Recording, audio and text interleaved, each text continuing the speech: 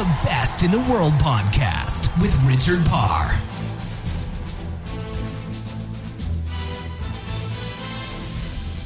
Welcome to episode 2 of the Best in the World with Richard Parr. Yes, we've done it. We've reached a second episode. I feel like Alan Partridge when he wanted a second series, but unlike him, we've made it to episode 2. Smell my cheese. If you have no idea what I'm talking about when it comes to Alan Partridge, go on YouTube, check him out. Some really funny stuff from Steve Coogan. You'll really enjoy that. Trust me, it's very, very good. Speaking of very, very good, New Zealand are once again the best in the world because they've retained the Rugby World Cup title. They did it in West London in Twickenham, beating arch rivals Australia 34-17. Really entertaining final. It looked like the All Blacks, New Zealand, were going to dominate the match, but then Australia, they fought back. They got a couple of tries. The game was in the balance.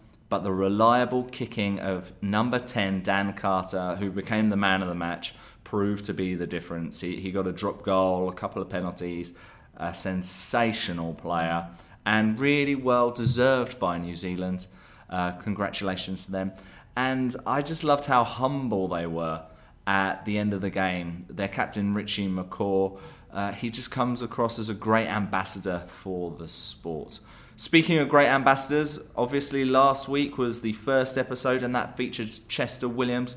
He won the Rugby World Cup in 1995. If you haven't listened to that yet, please do. It's a really entertaining episode. And when you do that, please download, rate and subscribe. And give me any feedback you like. You can contact me at Richard_Parr or visit my website www.richardparr.net. That's P-A-R-R, not par as in the golf term. Definitely not that. Anyway, moving on to this week's episode. I've got a 2-time world and an Olympic champion. She won that twice.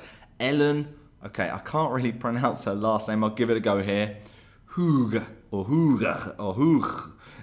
They do this thing. It's H-O-O-G. They do this thing in Dutch, which apparently I can't do very well. So you'll see at the beginning of this interview that I get Ellen to pronounce her name because I don't really want to embarrass myself.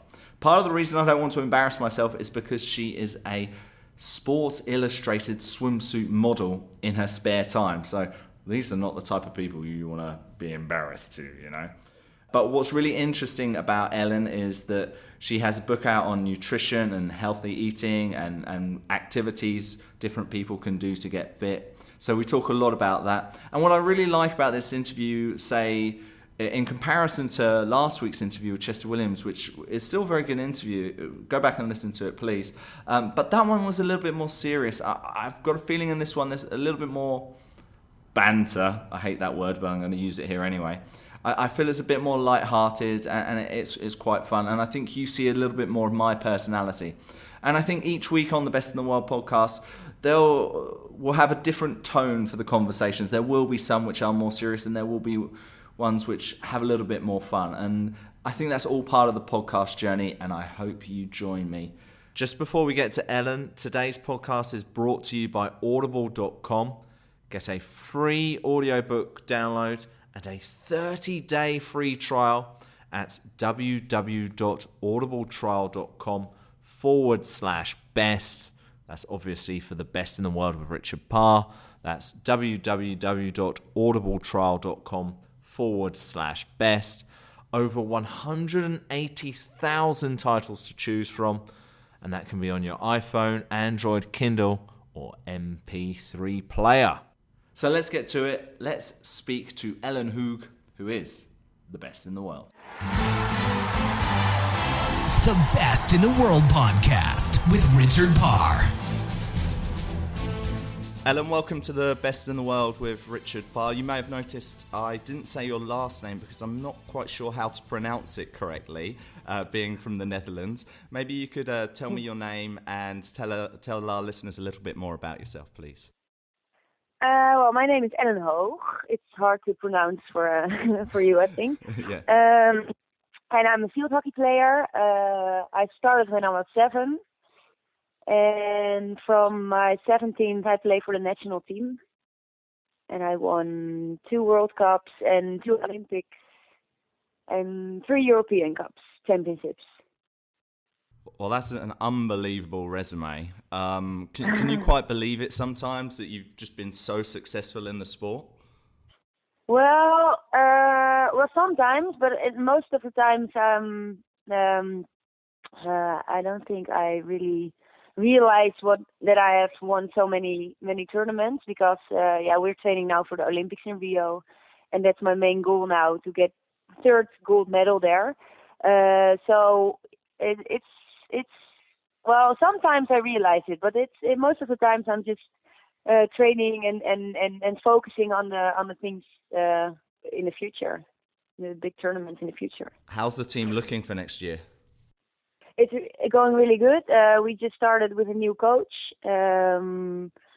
which was a hard time because our former coach got fired.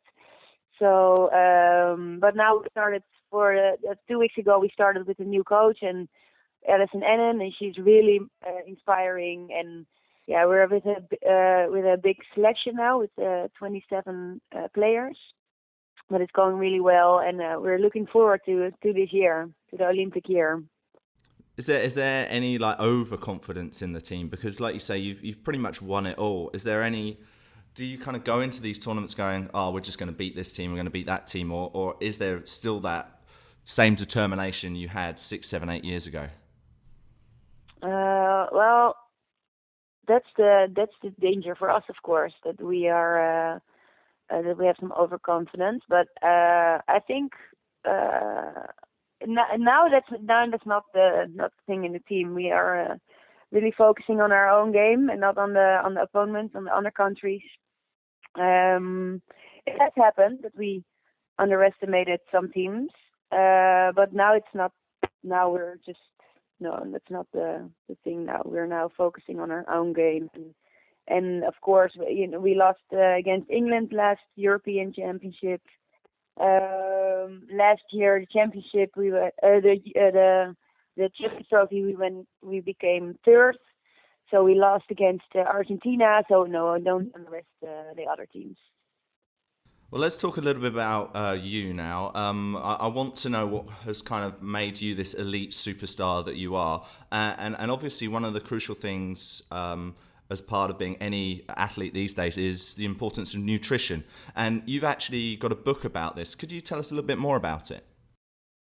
Yeah, sure. It's I made a book with about my sports and nutrition routine. So there are 36 workouts in and 45 recipes, 42 healthy recipes and 3 guilty pleasures, because you also have to enjoy the things that are not really good for your body. But and we always kind of sport tips, like what do I eat before training, what do I eat before or after training, what do I eat during a match, what do I drink, when do I eat in a day.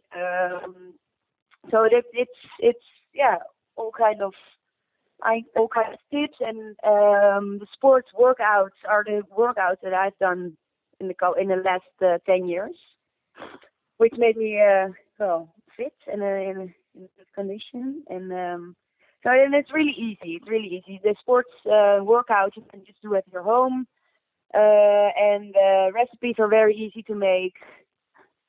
You don't have to stand in the kitchen for 2 hours or so. And you just can shop at the supermarket. So it's really easy.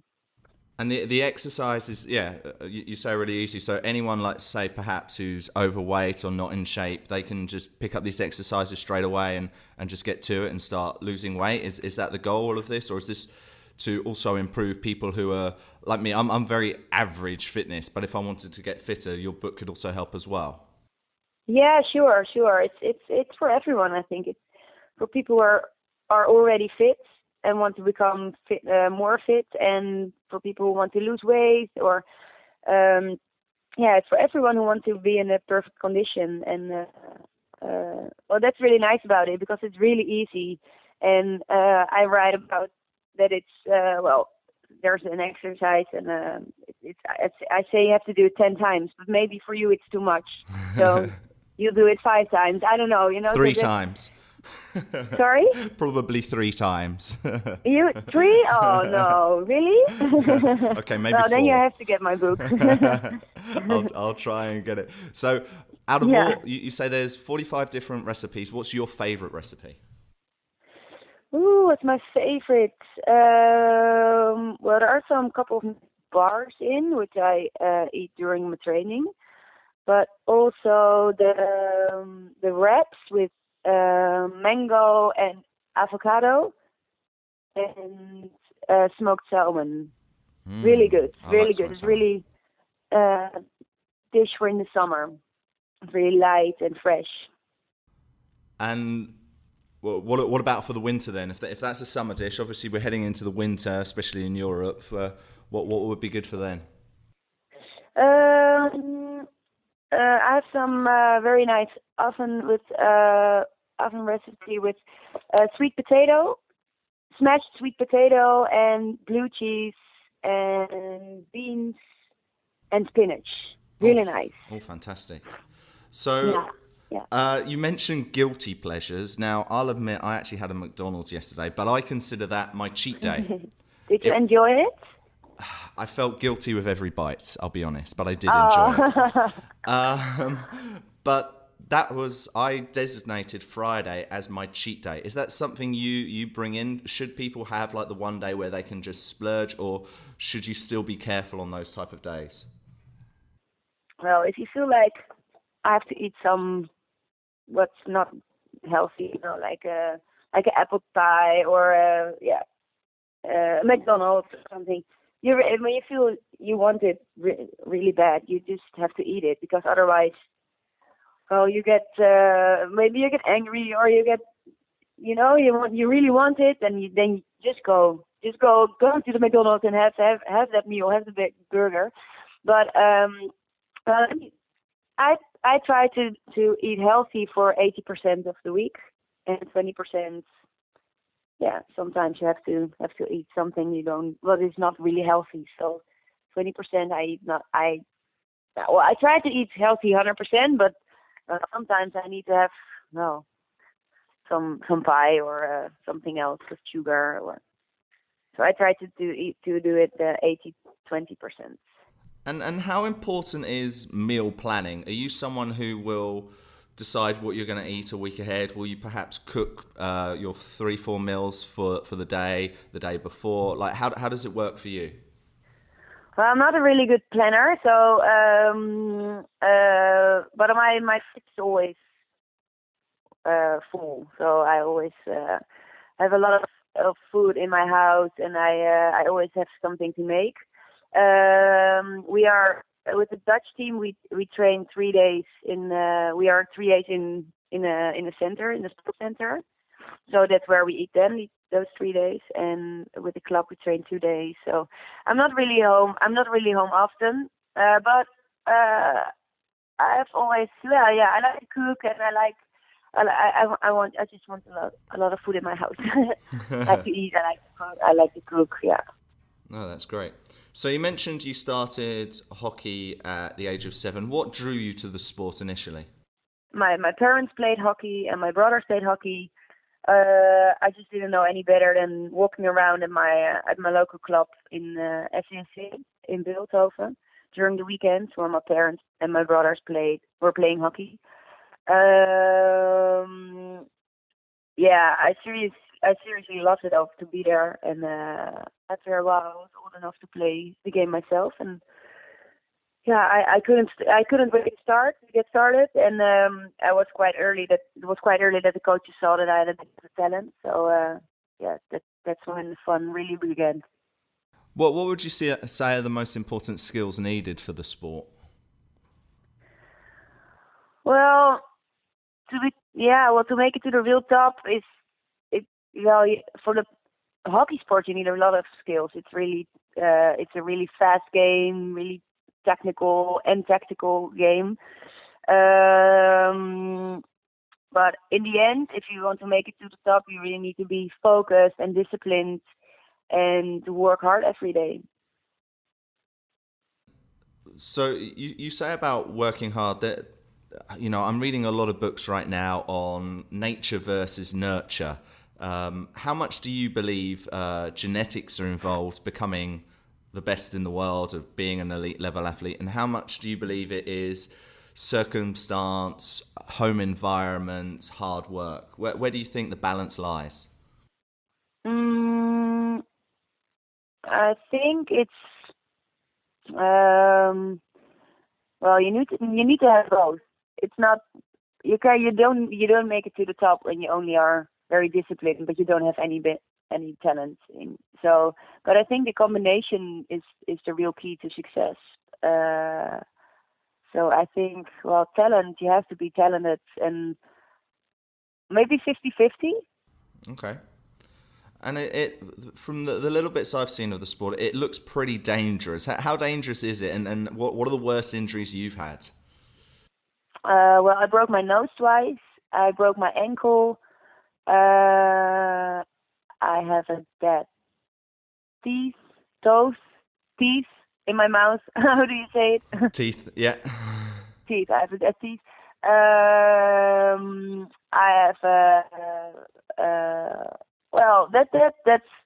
that's it. But I think it's dangerous. But the level is so high where we played, and there aren't really a lot of accidents happening, mostly at the lower level teams. So you've had all these accidents and broken noses and busted teeth and everything like that. Yeah. Yet you still get to do some modelling. I've seen also you did some swimsuit with Sports Illustrated. How much do you enjoy that in your free time? Well, I like to do in my free time. I like to do things different than hockey. We train like 9 times a week, and we play a match. So I think it's really nice to when I have a free time to do things totally different than hockey. So that's modeling, but also going out for lunch with friends, just talk about other things than hockey. I get the energy from the other things. And there was a poll at London 2012 calling your Dutch hockey team the sexiest of the games. Is that something you're proud of, or does it annoy you? What's your feeling when you hear things like that? Well, it doesn't annoy me. It doesn't make me really proud. It's just if people want to see the sports because of that, okay, I think it's fine, because the more people see the hockey sport, the better. But of course, in the end, I hope that they see us as a good team and as a very focused and disciplined team, and that they see that we have a lot of fun and that we want to win, and that we train really hard and that we're really dedicated. I hope that's the main reason people want to see us. With that dedication, you've become Olympic champion twice. What was your emotions when you won that Olympic gold medal for the first time? I can describe it. It's really something. You trained so hard for that moment, and everything. Well, your whole life is about the Olympics then for 2 years, and I can describe the feeling. It's a relief. It's a huge feeling of proud, and the emotions are really high. And the Best in the World podcast with Richard Parr. Fascinating chat so far with Ellen. We're just going to take a break for a moment to give you my contact details. If you have any feedback, I'd love to hear what you think of the show, how we can improve it, what guests you'd like to see. If you have any themes you want me to discuss, because really this is your show. What I want to achieve from it is to find out what are the little things that makes the best better than the rest. Is it nutrition? Is it home environment? Is it training? Is it genetics?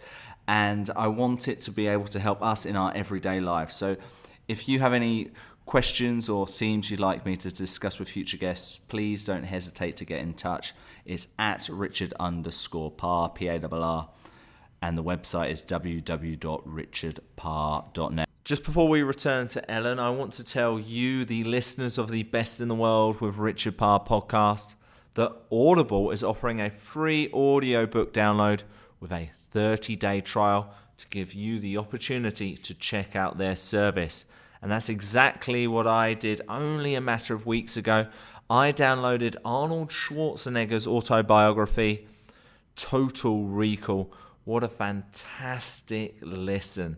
I'm really on this quest for knowledge right now, and what a great way it was to listen to Arnold Schwarzenegger. An amazing life, from bodybuilder to movie star to governor of California. I listened to it everywhere, be it in the gym, be it walking, be it in the car on my way to playing football. Wherever I had an opportunity, I wanted to listen to Arnold Schwarzenegger's Total Recall. So I highly recommend it for you.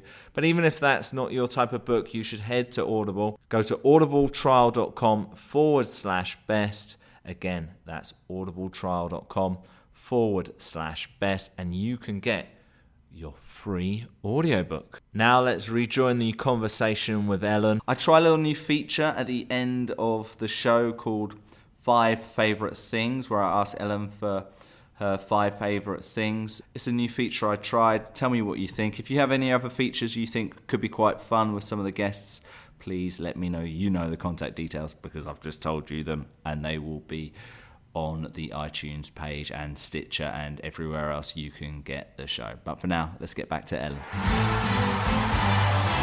The Best in the World podcast with Richard Parr. What is your usual pre-match ritual? Like, what do you do? Is there any kind of order you do things? And before the Olympic final, did you change your ritual at all?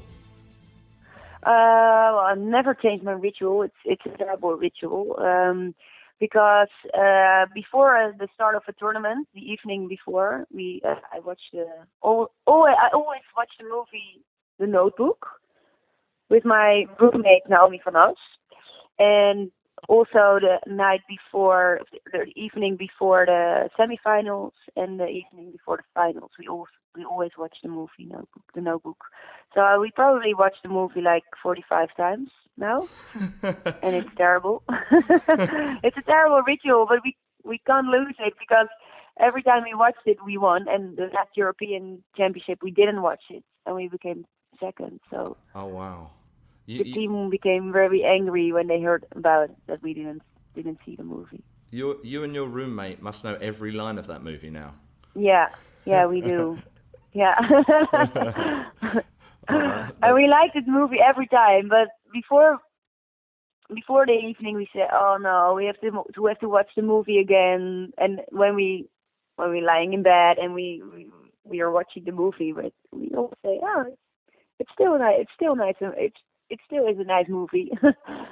And what about closer to the time of a match, say when you're in the changing room? Are you like a left sock, right sock person? Is there anything you do? Do you do any kind of meditation or anything like that? What do you always do before a game?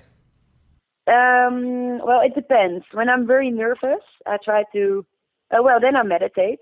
I try to control my breath and my breathing and control my thoughts. When I'm not nervous at all, I try to be a little bit more nervous. So I visualize the game, and So I know when I will play a good match. When before the match, I know when the feeling is good. So I have to be nervous, but not too nervous. That's what I learned the last years. I know how to prepare the match now. And you've been in this team for quite a while now.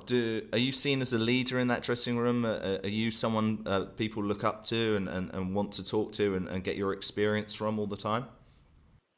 Yeah, well, it's not in the dressing room right before the game, but the younger girls want to know how the Olympics are, or they're also very curious about everything. And we have like 5 players who played at Beijing in 2008, and 10 players who were at the Olympics in London. So we're a very experienced team, and side, I'm definitely a leader, and I want to share my experiences with the younger girls. Okay, that's fantastic. Just before we go, I want to learn a little bit more about you and what you do in your free time. So I'm going to ask you 5 favorite things. If you give me a quick 1-word, 2-word answer to each one, and then I'll pick the one I find the most interesting. I've obviously had to scratch off favorite movie because clearly 45 times with the Notebook. Definitely the Notebook. We're done with that one. Okay, let's go. Favorite city? I doubt between New York and Amsterdam. Favorite drink? Champagne. Favorite book? In Perfecte Conditie, my own book. There we go. That's what I like to hear. Bit of selling there. Good work. Favorite animal? A penguin. Favorite music artist? The Script. Ah, cool. But I'm going to ask you why New York, because I was there in August. I love the city too. Tell me why you like New York so much. Well, I love the energy, I love the vibe, I love the people, I love the shops, the buildings. I love everything about it. It's just great. I will be there in right before Christmas in December. I just booked my flight and hotel. And I've never been there in the winter, so it probably will be. And I love Christmas, so I think that was one thing on my bucket list, to be there at Christmas. Oh, fantastic. Are you going to watch Home Alone 2 before you go? Of course, I watch Home Alone every year. Well, only 1 and 2. I like number 2 because New York looks beautiful in the winter there. Yeah, I want to go to the 3 there also. The Home Alone 3. Yeah. Exactly. That would be great. Ellen, before we go, why don't you tell our listeners how they can get in touch with you via Twitter or the website and where they can buy the book and give us some information about that, please. You can follow me at Facebook, Twitter, and Instagram. I'm very active, so I like the interaction. And my book, you can watch it at bol.com, BOL.com, and it's called In Perfecte Conditie. Is it just in Dutch, or is there an English version as well? It's just in Dutch, but maybe in the future, hopefully, there will be an English version as well. Well, I hope so, because I need to move up my reps from 3 to 4, so I need to be able to read that book. Yeah, you definitely have to, and don't go to the McDonald's, right? No more McDonald's, okay? No more I did McDonald's get a bit excited that they had a Mega Mac with 4 burgers, but I resisted that, so that's a good first step. That's good, I'm proud of you, yeah. Thank you.